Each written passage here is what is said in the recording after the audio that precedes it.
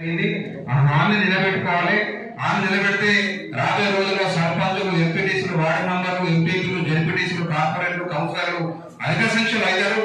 అధికారం మన చేతిలో ఉంటే మనం ఏమైనా చేయవచ్చు. కాబట్టి ఖచ్చితంగా మన 40% రిజర్వేషన్లు తెచ్చుకునే విధంగా ఉద్యమాలు చేస్తాం. ఆ ఉద్యమానికి మీరు పునాదిగా మీరు ఉద్యమానికి సపోర్ట్ చేయాలి. ఎక్కడ బీసీ మీటింగ్ ఉన్నా బీసీ ఉద్యమంలో కూడా తప్పకుండా బీసీ మహిళలు, బీసీ విద్యార్థులు, బీసీ పురుషులు పెద్ద ఎత్తులో మద్దతుగా రావాలని చెప్పి కోరుతూ మరి కార్యక్రమాన్ని ఉద్దేశించి బీసీ యువ సంఘం రాష్ట్ర అధ్యక్షులు శ్యామన్న గారిని మాట్లాడాల్సిన కోరుతున్నాను. తక్కువ సమయం తీసుకోవాల్సిన కోరుతున్నాను. మిత్రులను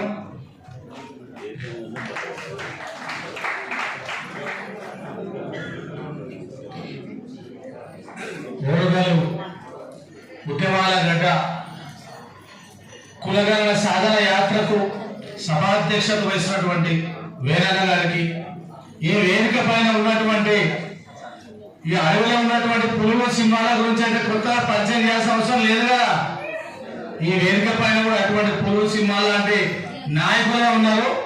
ఈ పెద్దలందరికీ కూడా పేరు పేరున బీసీ యువజన సంఘం తరఫు నుంచి ఉద్యమానికి వందనాలు తెలియజేస్తున్నా. జై బీసీ. ఎందుకలేమో తమ్ముళ్ళు రేపు కాబోయే ఐఏఎస్ లో ఐపీఎస్ లో ఎందుకంటే వస్తున్నారు. ఉద్యమాలు తమ్ముళ్ళు ఏదో మీటింగ్ పెట్టుకున్నారు, అందరూ ఏదో మాట్లాడుతున్నారు, విన్నామా వెళ్ళామా అని కాదు. మనకు జరుగుతున్న అన్యాయం గురించి ఇక్కడ నుంచి మొదలుకుంటే సెక్రటరీ కావాలి. ఎందుకంటే మొన్నటికి మొన్న యాత్ర మొదలైందో లేదో జాతుల సీనన్న కామారెడ్డి నుంచి కరీంనగర్ వరకు యాత్ర పెట్టుకోవడం చెప్పేసి రిపోర్ట్లు పోయినాయి.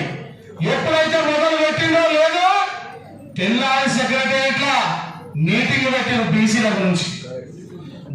గురించి మీటింగ్ పెట్టి మరి కులగణ చేయాలి కదా అని చెప్పేసి వాళ్ళ గుండాల రైలు పరిగెడుతున్నాయి. అప్పుడే కులగణ చేయడానికి 6 నెలలు పడుతుంది, 5 నెలలు పడుతుంది అని చెప్పేసరి కాకమ్మ కబుర్లు మాట్లాడుకుంటున్నారు. పాత ముఖ్యమంత్రి ఉన్నప్పుడు సమగ్ర కుటుంబ సర్వే ఒక్క రోజులో చేసిందా లేదా? మరి అలాంటప్పుడు మీ మనసుకు నచ్చితే గంట సేపర్లు అవుతాయి. మీకు ఒకవేళ ఏదన్నా మా పైన దొంగ ప్రేమ చూపించి, కపట ప్రేమ చూపించి 6 నెలలు పడుతుంది, 5 నెలలు పడుతుంది అని చెప్పేసి డ్రామాలు ఆడితే కేంద్ర రాష్ట్ర ప్రభుత్వాలకు హెచ్చరిస్తున్నాం. బిడ్డ, ఈ యాత్ర అయిపోయే లోపల కులగణన అనేది మొదలు పెట్టాలి.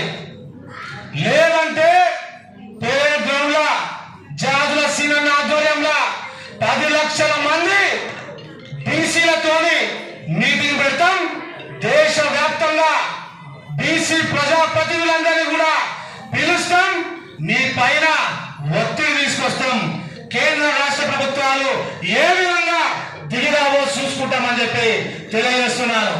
మన ఇంటికి ఇందాక అన్న చెప్పినట్టు ఇక్కడ ఉన్న పెద్దలకు ఒకటే చిన్న రిక్వెస్ట్, అమ్మలారా ఒక చిన్న ఫంక్షన్ చేసుకుంటాం. మన ఇంట్లో ఎంతమంది వస్తున్నారని చెప్పేసి లెక్కేసుకుంటామా లేదా? దానికి తగ్గట్టుగానే వాళ్ళకి సకల సౌకర్యాలు, భోజనాలు అన్ని ఇంతమంది వస్తున్నారని లెక్కేసుకుంటాం. మరి ఆ లెక్కే బెలవంది 100 మంది వస్తుంటే 10 మంది కొండ పెడితే సరిపోతుందా? మరి బీసీల గురించి మా రిజర్వేషన్లు పెంచుడురా, మా స్కాలర్షిప్లు పెంచుడురా, మా తమ్ముళ్ళకి మంచి హాస్టల్ ఇవ్వరా అంటే నీ లెక్కలు తీసుకురాపోరా అని వాళ్ళు అంటారు. వీళ్ళేమో లెక్కలు తీయరు. మరి లెక్కలు తీయండి, మనకు కావాల్సిన సౌకర్యాలు ఏ విధంగా వస్తాయి? ఈ రోజు పేపర్లో చూడండి, మీరు నిన్న మొన్న చిన్నపిల్లల పైన కుక్కలు దాడులు చేస్తున్నాయని చెప్పారంటే ఈ ప్రభుత్వం చాతగాని సమాధానం చెప్పింది. 3,80,000 వీధి కుక్కలు ఉన్నాయి మన రాష్ట్రంలో. ఈ కుక్కలను నేను తీసుకుపోయి ఎక్కడ జమ చేయాలని చెప్పేసి అన్నది. నీకు కుక్కల గురించి లెక్కలు ఉన్నాయి. వీధి కుక్కలు మన గల్లీలో ఎన్ని కుక్కలు ఉన్నాయో మనకే తెలియదు. వీళ్ళకి 3,80,000 కుక్కలు ఉన్నాయని లెక్క తెలుసు. ఆ కుక్కల కంటే హీనమానమే కాదు, ఆ కుక్కల కంటే పందుల కంటే హీనంగా ఈ కేంద్ర రాష్ట్ర ప్రభుత్వాలు చూస్తున్నాయి. అందుకే ఈ వేదిక ద్వారా ఒకటే డిమాండ్ చేస్తూ ఉన్నాం మిమ్మల్ని, ఈ మీటింగ్ ఇంతటితో రావద్దు. ఇది సోషల్ మీడియా ద్వారా కానీ మీ ఫోన్లలో వాట్సాప్ లో స్టేటస్ ద్వారా కానీ రాష్ట్రం మొత్తం చేయాలని చెప్పేసి ఈ వేదిక ద్వారా మిమ్మల్ని డిమాండ్ చేస్తా ఉన్నాను. Thank you.